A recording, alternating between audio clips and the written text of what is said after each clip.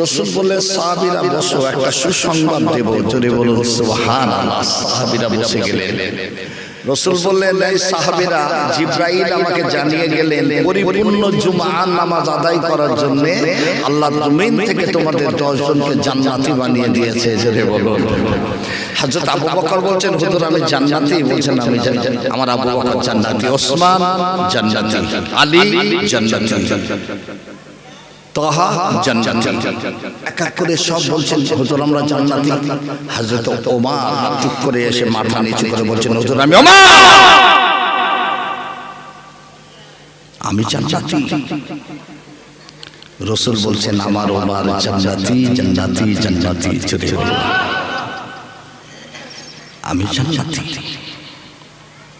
হযরত ওমর ডাকে বললেন, ইয়া হাবিবাল্লাহ, ইয়া রাসূলুল্লাহ, হে ওমর, আমি ওমর, আমি জান্নাতি জান্নাতি জান্নাতি। আপনার সোনার জবানে বলেছেন, আপনি বলেছেন as-সালাতু মিফতাহুল জান্নাহ, নামাজ হলো জান্নাতের চাবি। ওমর যখন জান্নাতি হয়ে গেছে, আজ থেকে ওমর আর নামাজ পড়বে না। জোরে বলেন, ওমর আর নামাজ পড়বে না। আপনার সোনার জবানে বলেছেন as-সালাতু মিফতাহুল জান্নাহ, নামাজ হলো জান্নাতের চাবি।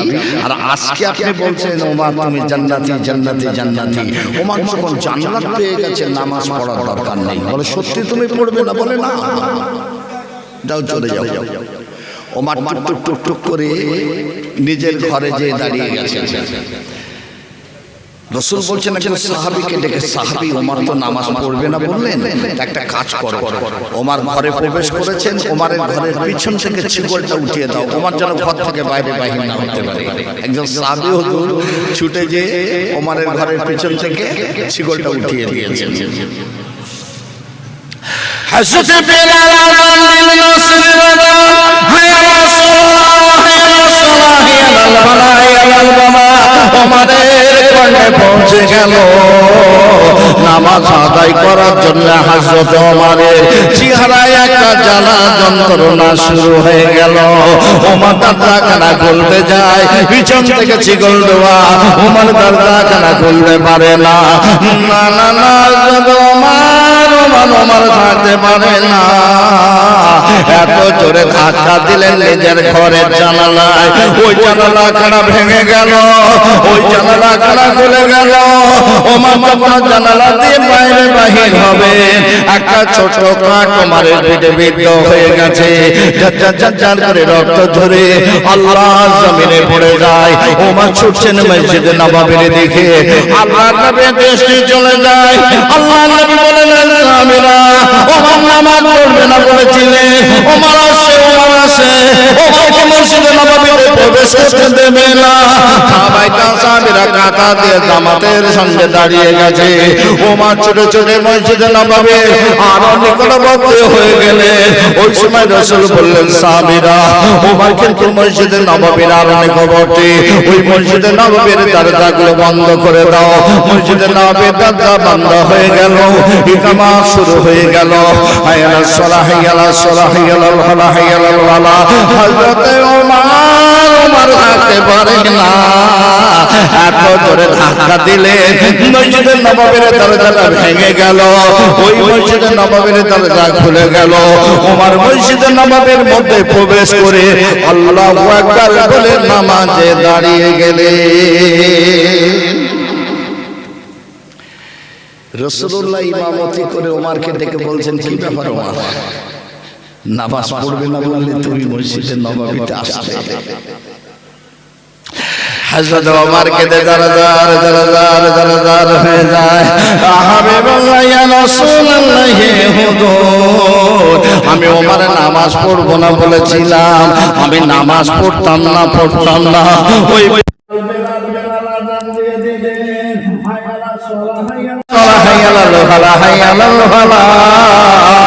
আমি ওমর আর থাকতে পারি না, নামাজ আদায় করার জন্য আমার চেহারায় একটা জ্বালা যন্ত্রণা শুরু হয়ে গেল। আমি দরজাখানা খুলতে যাই, পিছন থেকে ছিগুলো গেল, আমি দরজাখানা খুলতে পারি না। আমি এত জোরে ধাক্কা দিলাম আমার ঘরের জানালায়, ওই জানালাখানা খুলে গেল, ভেঙে গেল। আমি জানালা দিয়ে যখন বাইরে বাহির হব, একটা ছোট্ট কাঠ আমার পিঠে বের হয়ে গেল। আমি আমার যখন মসজিদে নববীর দিকে ছুটতে শুরু করে দিলাম, আপনি তো সাহাবীদের বললেন সাহাবীর ওমর আছে, ওমর আছে, ওমরকে মসজিদে নববীতে প্রবেশ করতে দেবে না। হুজুর আমি ছুটে ছুটে আরম্ভ করে বলতে আমি দেখতে পেলাম আপনার সাহাবীরা কাতার দিয়ে জামাতের সঙ্গে দাঁড়িয়ে গেছে। আপনি সাহাবীদের পুনরায় বললেন সাহাবীরা ওই মসজিদে নববীর দরজা বন্ধ করে দাও, ওমরকে প্রবেশ করতে দেবে না। আমাকে দেখে দরজাগুলো বন্ধ করে দেওয়া হলো। আমি মসজিদে নববীর দরজায় দাঁড়িয়ে গেলাম, ইকামত শুরু হয়ে গেল। আমি থাকতে পারি না, এত জোরে ধাক্কা দিলাম, ওই দরজাটা ভেঙে গেল, খুলে গেল। আমি মসজিদে নববীর মধ্যে প্রবেশ করে আল্লাহু আকবার বলে যেই না নামাজে দাঁড়িয়ে গেলাম, সঙ্গে সঙ্গে আমার চেহারা তামাম জ্বালা যন্ত্রণা নিবারণ হয়ে গেল।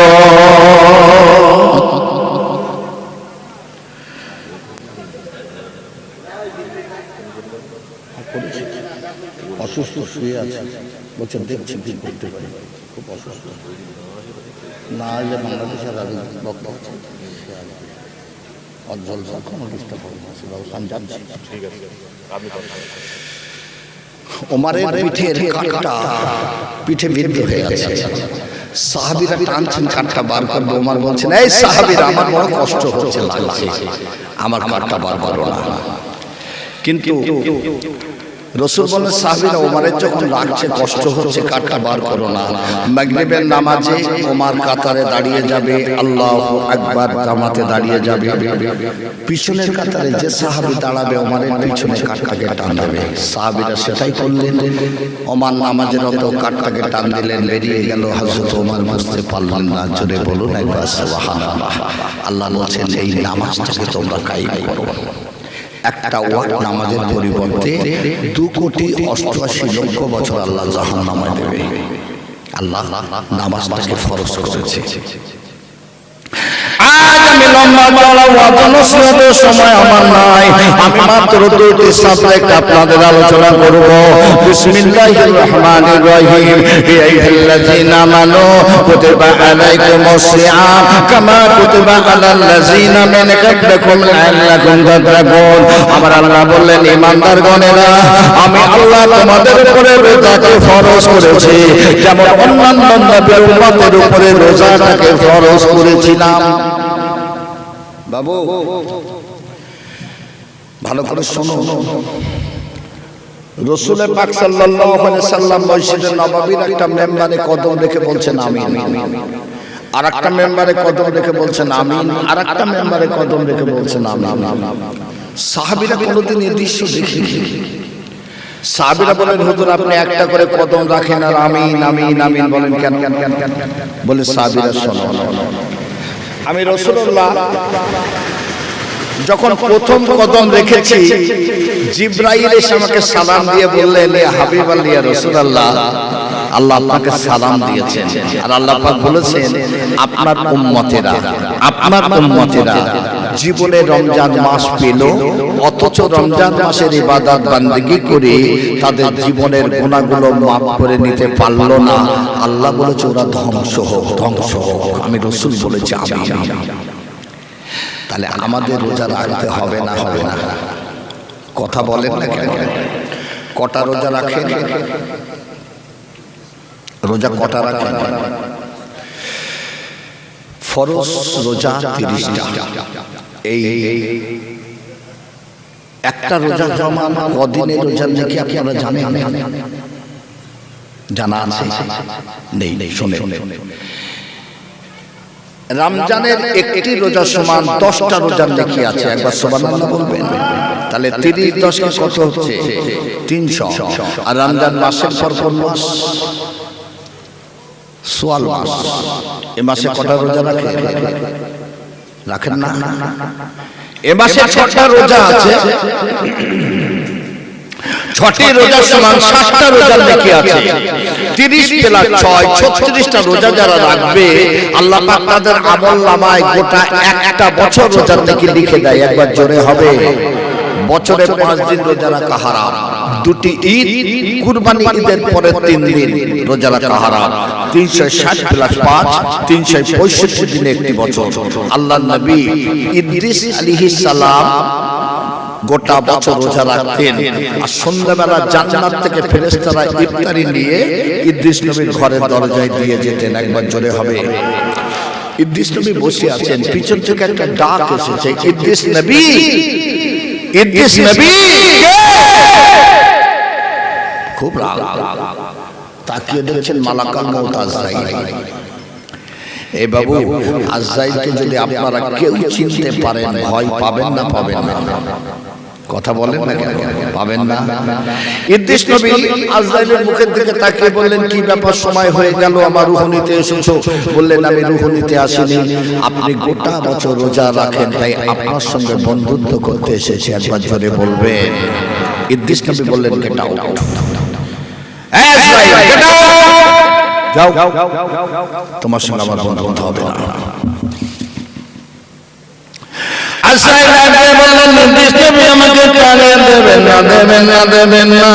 আল্লাহর হুকুম নিয়ে আমি এসেছি, আপনি আমাকে ফিরিয়ে দেবেন না, বন্ধুত্ব করুন।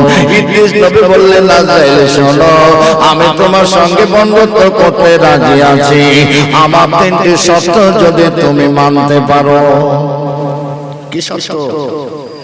1 নম্বর শর্ত হলো আমার রূহটা এখনই নিতে হবে, আবার রূহটা সঙ্গে সঙ্গে ফিরিয়ে দিতে হবে। জোরে সুবহানাল্লাহ বলবে। এই রূহ নিলে বাঁচবে না মরবে? ফিরিয়ে দিলে আজরাইল ফিরিয়ে দেয় নাকি? দেয় নাকি? আজরাইল আগে বললেন, ইদ্রিস নবী, আমি পারবো না, আল্লাহর বিনা হুকুম আমি কারো রূহ নিতে পারবো না।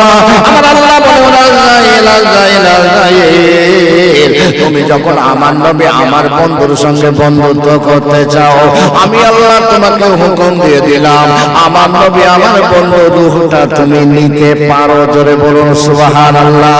ইদ্রিস নবী শুয়ে গেলেন, আজরাইল রূহটা নিয়ে নিলেন। ইদ্রিস নবীর ইন্তেকাল হয়ে গেল, রূহটা সঙ্গে সঙ্গে ফিরিয়ে দিলেন। একবার জোরে বলবেন না? আর একটু জোরে হবে না? ইদ্রিস নবী জমিনে দাঁড়িয়ে গেলেন, আজরাইল, আজরাইল, আজরাইল, তুমি আমার 1 নম্বর শর্ত মেনেছো, 2 নম্বর যদি মানো বন্ধুত্ব করবো। 2 নম্বর শর্ত কি? একবার আমাকে জাহান্নামা পরিদর্শন করাতে হবে।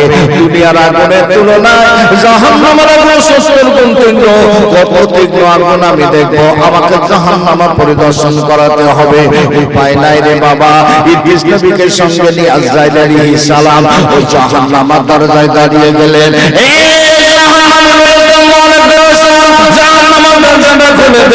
আল্লাহর বন্ধু এসেছে জাহান্নামা পরিদর্শন করার জন্য, মালিক ফেরেশতা জাহান্নামার দরজা খুলে দিলেন। ইদ্রিস নবী জাহান্নামায় চলে গেলেন। গোটা জাহান্নামা ঘুরে ঘুরে ঘুরে ঘুরে ঘুরে ঘুরে যখন বেরিয়ে এলেন, ইদ্রিস নবীর একটা লোম পর্যন্ত ওই জাহান্নামার আগুন স্পর্শ করতে পারল না। আজরাইল, আমার 2 নম্বর শর্ত তুমি মেনেছো, 3 নম্বর মানলে বন্ধুত্ব করবো। কি শর্ত? একটাবার আমাকে জান্নাত পরিদর্শন করাতে হবে। জান্নাত বলা, হা হা হা। উপায় নাই রে বাবা। ইদ্রিস নবীকে সঙ্গে নিয়ে আজরাইল আলাইহিস সালাম ওই জান্নাতের দরজায় দাঁড়িয়ে গেলে, ওরে জান্নাতে, জান্নাতের ফেরেশতা রেদওয়ান, জান্নাতের দরজাটা খুলে দে। আল্লাহর নবী আল্লাহর বন্ধু এসেছে জান্নাত পরিদর্শন করার জন্য। রেদওয়ান ফেরেশতা জান্নাতের দরজা খুলে দিলেন। আজরাইল ডাকতে বললেন, ইদ্রিস নবী দেরি করবেন না, না, দেরি করবেন না, করবেন না, তাড়াতাড়ি জান্নাত পরিদর্শন করে বাইরে চলে আসবেন। ইদ্রিস নবী জান্নাতের মধ্যে চলে গেলেন, ঘন্টার পর ঘন্টা অতিবাহিত হয়ে যায়, ইদ্রিস নবীর কোনো খোঁজ পাওয়া যায় না। আজরাইলকে নির্দেশ নবী বাইরে আসো। ইদ্রিস নবী ডাক দিয়ে বলে, আজরাইল, আজরাইল, আজরাইল, তুমি কি জানো না আমার আল্লাহ কি বলেন নাই, কুল্লু নাফসিন যায়কাতুল মাউত, প্রতিটা নফসের একবার মৃত্যুর স্বাদ গ্রহণ করতে হবে। তুমি আমার মেরেছো, আমার রূহ নিয়েছো। ওরে আজরাইল, আমার আল্লাহ বলে, আমাকে লাকুল জিন্না ওয়াল ইনসা ইল্লা লিয়াবুদুন, আমি জিন ইনসানকে সৃষ্টি করেছি ইবাদত করার জন্য। যে ইবাদত করবে না আল্লাহ তাকে জাহান্নামে দেবে। আমি পাপ করেছি কি নেকি করেছি আমার আল্লাহ জানে, তবু তুমি আমার জাহান্নামের জেল কাটিয়ে বাইরে বাহির করেছো। ওরে আজরাইল, আমার আল্লাহ ওয়াদা খেলাফকারী নয়। আমার আল্লাহ বলেছেন আমার রহমতের জান্নাতে যাকে একবার পৌঁছে দেব, ওই রহমতের জান্নাত থেকে কোনোদিন বাইরে বাহির করব না। ওরে আজরাইল, আমাকে বিরক্ত করো না, আমি ইদ্রিস নবীর কোনোদিনের জন্য আল্লাহর রহমতের জান্নাত থেকে বাইরে যাব না। আমার আল্লাহ ডাক দিয়ে বলেন, আজরাইল, আয় আজরাইল, ফিরে আয়, ফিরে আয়, ফিরে আয়, ফিরে আয়। আমার নবী, আমার বন্ধু ইদ্রিস নবী গোটা বছর রোজা রাখার কারণে আমি আল্লাহ খুশি রাজি হয়েছে, ইদ্রিস নবীকে এমন করে জান্নাতে বানিয়ে দিলাম। নামাজ পড়ুন, রোজা রাখুন। রাসূল বলছেন, তোমরা দুটো জিনিসের যদি আমানত করো, হেফাজত করো, আমি রাসূল তোমাদের জান্নাতের জামিনদার হব। আপনাদের অসুবিধা হচ্ছে নাকি? বলবো নাকি? দুটো জিনিস রাসূল বলছেন, তোমরা যদি আমানত করতে পারো, আমি জান্নাতে তোমাদের জামিনদার হব। কি? একটা হলো জিহ্বা, দু নাম্বার হলো তোমার লজ্জাস্থান। এই জিহ্বাটার হাড় আছে নাকি? কিন্তু এত বড় তার বাড়ি, এই জিহ্বা মানুষের হাড়গুলো কেটে টুকরো টুকরো করতে পারে, পারে না? পারে না। কথা বোঝেন? আল্লাহ বলছেন, রাসূল বলছেন, এই জিহ্বা কুখাদ্য কুবাক্য থেকে তোমাদের নিজেদেরকে হেফাজত করো, আমি জান্নাতের জামিনদার হব। আজ আমি আপনাদের বোঝানোর জন্য বলে যাই, বিসমিল্লাহির রহমানির রহিম, আইয়ুহাল্লাযীনা আমানু তাকুল্লাহা হাক্কা তুকাতিহি ওয়া লা তামুতুন্না ইল্লা ওয়া আনতুম মুসলিমুন। ঈমানদারগণেরা, আমি আল্লাহ, আমাকে ভয় করো, ভয় করার মতো করো, মুসলমান না হয়ে তোমরা মরো না, মরো না। আল্লাহকে সবাই ভয় করে, একটু কথা বলেন না কেন? ভয় করে? দাদা হুজুর কেবলাকে কে কে মানেন একটু হাত তুলে বলেন তো দেখি। নারায়ে তাকবীর, নারায়ে তাকবীর, সুবহানাল্লাহ। বাবু, দাদা হুজুর আর আমার দাদা হুজুর অর্থাৎ বশির আল্লাহ মারহুম আমির রাহমাতুল্লাহ আলাইহি, দুজনে পূর্ব বাংলা, যেটা বর্তমান বাংলাদেশ, একটা জলসাতে গেছেন, খেতে দিয়েছেন। দাদা হুজুর কেবলাকে ভাত দিয়েছেন, এক লোকমা ভাত উঠিয়ে দিয়ে বললেন, নাদান, কার টাকার চালির ভাত আমাকে খেতে দিয়েছো? এটা হলো সুদের টাকা। জোরে বলবেন না সুবহানাল্লাহ? সুদের টাকা। যেহেতু আমি আবু বকর, আমার কাছে টাকা নেই, আমার পিরহানটা খুলে রেখে গেলাম, ফুলপুরা শরীফে আমার পিরহানটা নিয়ে যাবে, 5টি টাকা তোমাকে দেব, তুমি আমার পিরহানটা ফেরত দেবে। কিন্তু আজকের মুসলমান ধনী হতে চাইছে না, চাইছে না। একটু কথা বলো না কেন? চাইছে না। আখিরি জামানাতে গ্রামের মূর্খ মানুষের সমাজের নেতৃত্ব দেবে বাবা। এদের সুদের টাকা, ঘুষের টাকা, চিটিং টাকা, লোকের জমি ফাঁকি দিয়ে এরা কোটি কোটি টাকার মালিক হবে। এরা মসজিদ কমিটির সেক্রেটারি হবে। ইমাম সাহেব সুদের ঘুষের বিরুদ্ধে যখন বলবে, ইনি মসজিদ কমিটির সেক্রেটারি ইস্তফা দেবে, মসজিদের পাশে নতুন জায়গা করে মসজিদ বানাবে। ওই মসজিদটা হবে জেরার মসজিদ, ওই মসজিদে এক ওয়াক্ত নামাজ কবুল হবে না। আখিরি জামানাতে জেনে রেখে দিও, মুসলমান যুবকেরা মদের বোতল উঠবে, আল্লাহর গজবগুলো জমিনে ঝরঝর করে ধাবিত হবে। আখির জামানাতে জেনে রেখে দিও, গ্রামের মোড়ে মোড়ে দোকান বসবে, বাজার বসবে, দোকানদার থাকবে না, নারীরা কেনা বেচা করবে, খরিদ্দার আকর্ষণ করার জন্য গান বাজনা টেলিভিশন লাগানো হবে। এটা কিয়ামতের আলামত। আল্লাহর গজবগুলো জমিনে ঝরঝর করে ধাবিত হবে। আখির জামানাতে মুসলমানের ঘরে ঘরে সুর ছড়িয়ে পড়বে, আল্লাহর গজবগুলো জমিনে ঝরঝর করে ধাবিত হবে। আখির জামানাতে জেনে রেখে দিও, নানা মুসলমান ঘরের নারীরা নগ্ন হয়ে যাবে, এদের স্বামী থাকতে অন্য পুরুষের সঙ্গে দৈহিক সম্পর্কে মিলিত হবে। আর দিনে দিনে যারও সন্তানের সংখ্যা বেড়ে যাবে, আল্লাহর গজবগুলো জমিনে ঝরঝর করে ধাবিত হবে। আখির জামানাতে পুরুষের পোশাক নারীরা পরিধান করবে, এটা কিয়ামতের আলামত। আল্লাহর গজবগুলো জমিনে ঝরঝর করে ধাবিত হবে। রাগ করছেন নাকি? রাগ করছেন? মরবেন না মরবেন না? একটু কথা বলেন না কেন? কবরে কারো সঙ্গে নিয়ে যাবেন না একা যাবেন? হ্যাঁ, আজ আমি লম্বা চড়া ওয়াজনসিহত নয়, আমি শুধু বোঝানোর জন্য দুটি কথা বলে যাচ্ছি, শুনে রেখে দেন। বিসমিল্লাহির রহমানির রহিম। ইজা জাআজালুহুম লা ইয়াসতাকিরুনা সাআতা ওয়া লা ইয়াসতাকদিমুন। আমার আল্লাহ বলে, দুনিয়ার মানুষেরা, আমি আল্লাহ তোদের জন্য নির্দিষ্ট সময় নির্ধারিত করে রেখেছি, একটা সেকেন্ড এদিক ওদিক হবে না। আমার আজরাইল তোদের কাছে হাজির হয়ে যাবে, মরণকে তোদের বরণ করতে হবে। মরবেন না মরবেন না? একটু কথা বলেন না, কবে মরবেন? আচ্ছা, শ্রেষ্ঠ ইবাদতের দিন কোনটি বলেন তো? শ্রেষ্ঠ ইবাদতের দিন কোনটি জানা আছে? আপনার মওতের দিন। আপনি যদি সকালবেলা ঘুম থেকে উঠে প্রতিদিন মনে করেন আমার আজ মওতের দিন, আমি ইবাদত করব, ওই দিনটাই হবে শ্রেষ্ঠ ইবাদতের দিন। আজ আমি আপনাদের বোঝানোর জন্য সামান্য সময় বলে যাই, শুনে রেখে দিন। আম্মা জান আয়েশাকে যখন রাসূলুল্লাহ শোনালেন, বিবি আয়েশা, কুল্লু নাফসিন যায়কাতুল মউত, আল্লাহর নবী কেঁদে দানাদার হয়ে যায়। আম্মা জান বললেন, হুজুর, আপনাকে কি মৃত্যু স্বাদ গ্রহণ করতে হবে? রাসূল বললেন, আয়েশা শোনো, আমার আগে যত নবী পয়গম্বর জমিনে এসেছে, সকলকে মৃত্যু স্বাদ গ্রহণ করতে হয়েছে। আমি রাসূলুল্লাহ আমি জমিনে চলে যাব।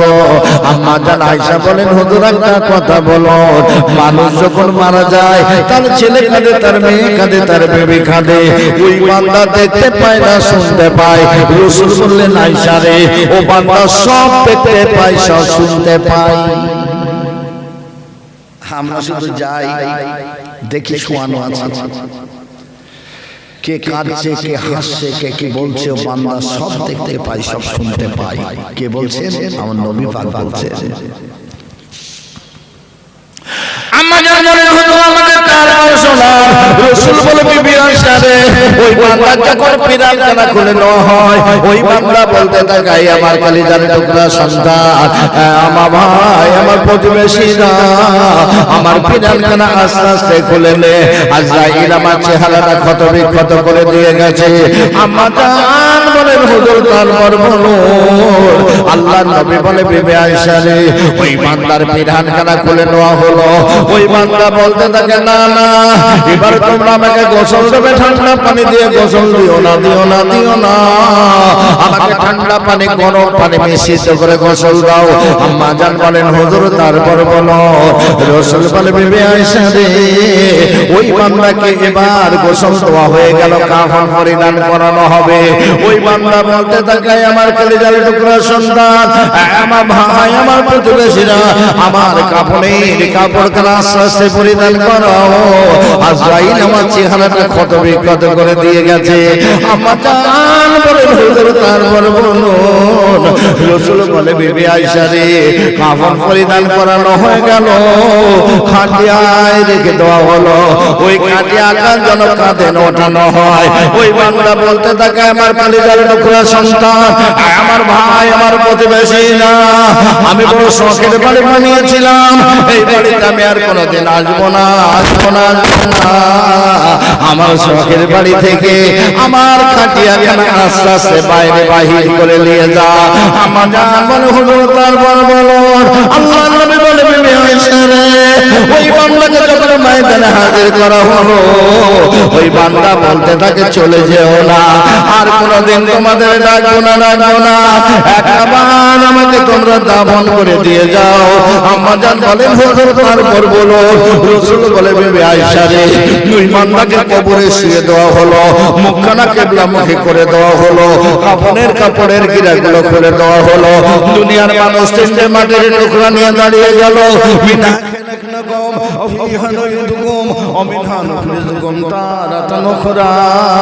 ওই বান্দা বলতে থাকে, চলে যেও না, চলে যেও না, আর কোনোদিনে তোমাদের ডাকবো না, ডাকবো না, ডাকবো না।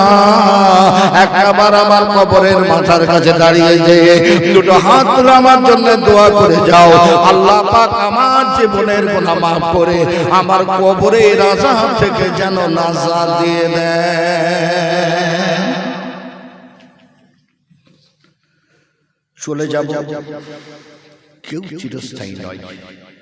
Life insurance fixed deposit LIC মহিলা সমিতি বন্ধন থেকে নিজেদের হেফাজত করুন, মওতের স্মরণ করুন। আল্লাহ কিয়ামতের ময়দানে দুই শ্রেণীর মানুষের সঙ্গে যুদ্ধ করবে। এক হলো যারা আল্লাহর ওলিদের বিরুদ্ধে চরণ করবে, মান আদা ওলিয়াল্লি ফাকাদ আযানতু বিল হক। ওলিদের বিরুদ্ধে চরণ যারা করবে, আল্লাহ এদের বিরুদ্ধে যুদ্ধ করবে কিয়ামতের ময়দানে। দুই নাম্বার হলো দুনিয়ার জমিনে যত সুদখোর আছে, আল্লাহ তাদের বিরুদ্ধে যুদ্ধ করবে। তাই অনুরোধ করে যাচ্ছি, সেই সুদ থেকে নিজেদের হেফাজত করুন, আল্লাহকে ভয় করুন, নামাজ পড়ুন, রোজা করুন, কেননা অস্থায়ী চিরস্থায়ী নয়। সেই চিরস্থায়ী যেখানে, সেই জায়গাটার নাম হলো জান্নাত। সেই জান্নাতের আশা করুন, জাহান্নামের আগুন থেকে আল্লাহর কাছে নাজাত চান। আপনাদের কাছে এটুকু অনুরোধ রেখে আমার বক্তব্য আমি শেষ করব, কেননা আমার পরে পীর সাহেব হুজুর কেবলা আসবেন। পীর সাহেব হুজুর কেবলা আপনারা সকলে জানেন, স্বনামধন্য তোহা সিদ্দিকী হুজুর কেবলা, পীর সাহেব হুজুর কেবলা তিনি আসবেন। 9:45 বাজে, হুজুরের টাইম 8টায়, আমাকে বললেন আমি 8:30টায় উঠবো, যেহেতু 9:45 বাজে আর আমি বাড়াবো না, কেননা সাবজেক্ট ম্যাটার ধরলে থেকে যাবে, বলা যাবে না। আমি আপনাদের নিয়ে একটু হাত উঠাচ্ছি, হুজুরকে নিয়ে আসুন, একটু ছোট্ট করে দোয়া করে যাই। আমার আলোচনা রাগ করলেন নাকি? রাগ করেন তো, বলতে হলে মাফ করে দেবেন, দোয়া করবেন। আসসালামু আলাইকুম, আল্লাহুম্মা আমিন। ربنا ظلمنا أنفسنا وإن لم تغفر لنا وترحمنا لنكونن من الخاسرين। গুনাহগার, খাতাকার, সিয়াকার, তোমার মনোনীত মাহফিলে বসে তোমার কাছে হাত তুলেছি, আমাদের জীবনের গুনাহগুলো মাফ করে দাও, আমাদের নামাজি বানিয়ে দাও, রোজাদার, ইমানদার, মুমিন, মুসলমান বানিয়ে দাও, রাসূলের উম্মতের খাতায় নামটা লিপিবদ্ধ করে দাও। আমাদের মাঝে ভাই গ্রামে যত মানুষ ব্যাধিগ্রস্ত আছে, আল্লাহ ব্যাধি থেকে শেফা দাও। যদি কেউ ঋণগ্রস্ত থাকে, ঋণ পরিশোধ করার তৌফিক দাও। যদি কেউ কন্যাদায় থাকে, কন্যাদায় হইতে অব্যাহত দাও। সকলকে হজ মুবারকে যাওয়ার তৌফিক দাও। তোমার হাবিবের রওজা কাবা বাইতুল্লাহ না দেখে কাউকে মওত দিও না। স্বপ্নের করে, ঘুমের করে একটিবার তোমার হাবিবের নুরানি চেহারা আমাদের সকলকে নসিব করে দিও। আজকে জলসাকে যারা কায়েম করেছেন, কেউ অর্থ দিয়েছেন, বুদ্ধি দিয়েছেন, শ্রম দিয়েছেন, আমার কমিটির ভাইরা অক্লান্ত পরিশ্রম করেছেন। কটার নাম বলবো? আমার জাকির ভাই, সিরাজ ভাই থেকে শুরু করে সব ভাইরা, সবার নাম আমার জানা নেই। আল্লাহ আমার জলসা কমিটির ভাইদের হায়াতে বরকত দাও, রিজিক বৃদ্ধি করে দাও, বালা মুসিবত বিপদ আপদ থেকে আল্লাহ হেফাজত করো। জলসা কমিটির ভাইদের ঊর্ধ্বতন যারা কবরবাসী হয়ে গেছে, প্রত্যেকের জীবনের গুনাহ মাফ করে আযাব থেকে নাজাত দিয়ে সকলকে আল্লাহ জান্নাতি বানিয়ে দিও। আমার জলসা কমিটির ভাইরা আগামী বছর সকলের সহযোগিতায়, প্রচেষ্টায় পুনরায় এই জলসাকে কায়েম করার তৌফিক আল্লাহ তুমি এনায়েত করে দিও। আমার আম্মা জান, বাবু জানদের তামাম অসুখ বিসুখ, বালা মুসিবত বিপদ আপদ থেকে হেফাজত করো। সংসারে শান্তি দাও, সুখ দাও, স্বামী স্ত্রীর মধ্যে মহব্বত পয়দা করে দাও। আম্মা জান, বাবু জানেরা স্বামী সন্তানকে নিয়ে সুখময় জীবন যাপন, তামাম জিন্দেগি ইবাদত বন্দেগি করার তৌফিক এনায়েত করে দাও। আসমানি বালা আসমানের, জমিনের বালা জমিনে দাফন করে আমাদেরকে এই গ্রামকে আল্লাহ তুমি হেফাজত করো। আমরা যারা হাত তুলেছি, কেউ জনমের মতো আব্বা, কেউ মা, কেউ কেউ বিবি, কেউ স্বামী, কেউ সন্তান, কেউ ভাই বোন, দাদা দাদি, নানা নানি, মামা মামি, আত্মীয় স্বজন, পরিজন, প্রতিবেশীকে আমরা হারিয়েছি। প্রত্যেকের জীবনের গুনাহ মাফ করে কবর আযাব থেকে নাজাত দিয়ে সকলকে আল্লাহ জান্নাতি বানিয়ে দিও। আমার ভাইয়েরা যে যা ব্যবসা বাণিজ্য চাষাবাদ করেন, প্রত্যেকের ব্যবসাগুলো কবুল করো। বিশেষত জলকার এলাকা, আল্লাহ জল করে মাসের ব্যাধি থেকে শেফা দিয়ে আসমানি বালা আসমানে, জমিনের বালা জমিনে দাফন করে এলাকার প্রতিটা জলকরকে আল্লাহ তুমি লাভে পরিণত করে দাও রব্বুল আলামিন। রমজান মাসের জুমার দিনে ইমানের কালেমা জবান থেকে জারি করিয়ে ইমানি হালাতে, রোজা হালাতে আমাদের মওত দিও। মওতের পর কবরে শুয়ে দিলে ওই দুই ফেরেশতা মানকান্ডা করে সলে তালিম পৌঁছে দিও। আযাবুল কবর, হাসর, মিজান, ফুলসুরাত, জাহান্নাম থেকে আমাদের সকলকে নাজাত দিয়ে তোমার রহমতের জান্নাত আমাদের নসিব করে দিও। সিলসিলা ফুরফুরা শরীফ দাদা হুজুর কিবলার মতাদর্শের উপরে জীবন অতিবাহিত করার তৌফিক এনায়েত করে দিও। আল্লামা রুহুল আমিন শাহ হুজুরের রূহানি দোয়া নসিব করে দিও। রমজান মাসে জুমআর দিনে ইমানের কালেমা জবান থেকে জারি করে ইমানি হালাতে, রোজা হালাতে আমাদের মওত দিও আল্লাহ। মওতের পর কবরে যখন শুয়ে দেবে ওই দুই ফেরেশতা মানকান্ডা করে সলে তালিম পৌঁছে দিও। আযাবুল কবর, হাসর, মিজান, ফুলসুরাত, জাহান্নাম থেকে আমাদের সকলকে নাজাত দিয়ে জান্নাতি বানিয়ে দিও। এই মাহফিলকে আল্লাহ তুমি কবুল করে নাও। এই মাহফিল আমাদের সকলের জীবনে নাজাতের ওসিলা বানিয়ে দিও। আমিন আমিন আমিন সুম্মা আমিন। বাকে লা ইলাহা ইল্লাল্লাহ, লা ইলাহা ইল্লাল্লাহ, লা ইলাহা ইল্লাল্লাহ মুহাম্মাদুর রাসূলুল্লাহ সাল্লাল্লাহু আলাইহি সাল্লাম। দোয়া করবেন। আসসালামু আলাইকুম। একটু তাকবীর দেন, নারায়ে তাকবীর, নারায়ে তাকবীর। সিলসিলা হক মুজাদ্দিদে জামান, সিলসিলা হক মুজাদ্দিদে জামান, পীর সাহেব হুজুর কিবলা, পীর সাহেব হুজুর কিবলা দয়, পীর সাহেব হুজুর কিবলা, পীর সাহেব হুজুর কিবলা দয়। নারায়ে তাকবীর। সম্মানীয় শ্রোতা মণ্ডলী, সম্মানীয় শ্রোতা মণ্ডলী, নারায়ে তাকবীর, নারায়ে তাকবীর। যে যেখানে আছেন চলে আসেন। আমাদের সম্মানীয় শ্রদ্ধেয় পীর সাহেব হুজুর কিবলা তিনি আসছেন, আপনাদের খেদমতে আলোচনা রাখবেন। যে যেখানে আছেন সবাই চলে আসেন। আমি একটু ছোট্ট করে সালাত ও সালাম পড়ব। ইয়া নবী